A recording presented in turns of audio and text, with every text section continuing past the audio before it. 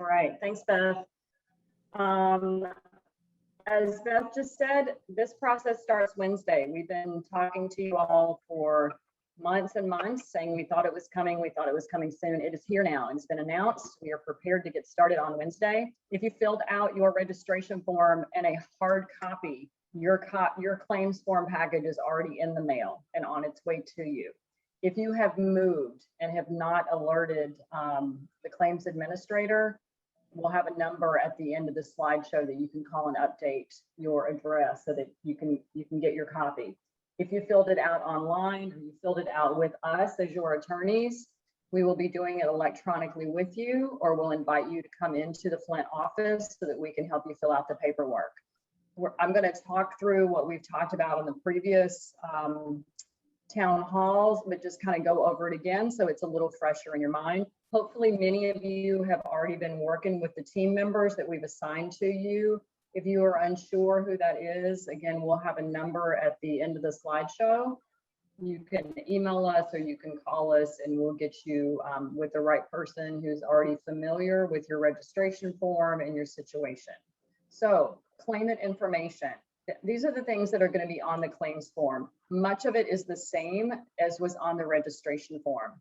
Everything that was on your registration form is transferred over to your claims form. So a lot of what we'll be doing is working with you, or if you are not represented by us, if you're a class member and you're listening in, what you'll need to do is just make sure that the information that was on your registration form correctly transferred over to the claims form. If there's an updated address, you'll have an opportunity to update it.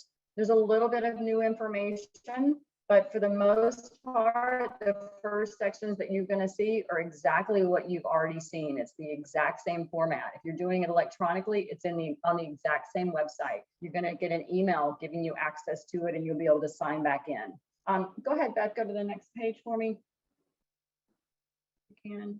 All right, so this is what's new. This is what is the new part of the claims form. As we've told you previously, there are 30 different categories within the settlement. 30 different categories within the settlement. So we need to take some time as you are filling out the claims form to make sure that we get you into the right category. For the most part, for minors, children who were 17 and younger at the time of their first exposure, they take up the majority of the categories, because as we've said all along, go back a little, just go back to the other page though, Beth, if you don't mind. Just stay on that claims form for a moment. As we've said all along, almost 80% of the settlement goes towards minors. And that was the direction of this settlement. So it's a little hard to see here depending on what you're looking at, but the first 21 categories are for children. First 21 categories are for children. So 6 and under has 7 categories. That's 6 and under at time of first exposure. 7 to 11 has categories 8 through 14. And minors who were 12 through 17 at the time of first exposure have categories 15 through 21. All these forms that you're going to look at are going to be coming to you. They're also on our website, the Flint Water Justice website. So if you want to take a look at there, you can blow it up.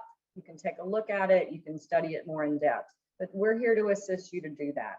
Adults who were 18 and over at the time of first exposure, you have your own categories. If you had a high lead level, there's a category for you. If you had a lower lead level, there's a category for you.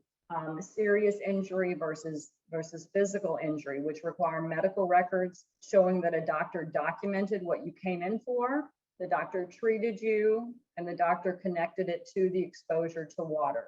So it's important to have those medical records if that's there. For women who had a miscarriage, there's a category for you. If you had Legionnaires, there's a category for you. Diagnosis, or unfortunately, if someone in your family passed from Legionnaires, there's a category for that.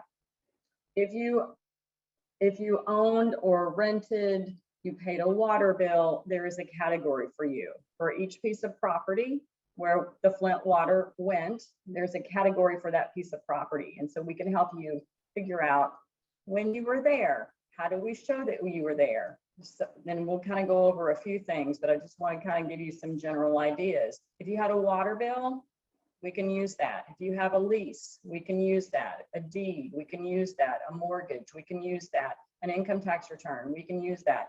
Something official This is what people should think about, something official that has your name and that address during the appropriate time period when the property had the water from the treatment plant. If you had a business, the same thing. If you have a business property and it was serviced with the Flint water, we'll need documentation showing that. If you had an economic loss, if you, for whatever reason, can show with your income tax returns, we do have to prove it, but if you can show that you had a loss, there's a category for you. So while the majority of the funds are directed towards the children, there is a category for other losses. Okay, Beth, you want to take us to the next slide, please?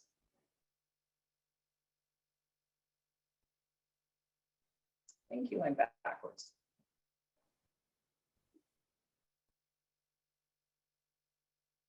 And there we go. Let's go forward. Keep going. All right, so that just kind of went over what, yep, that chart, back up one for me. Slide 12, please. All right, so that just is kind of a brief summary of ages and categories. Again, this is on our website. Let's go to slide 13.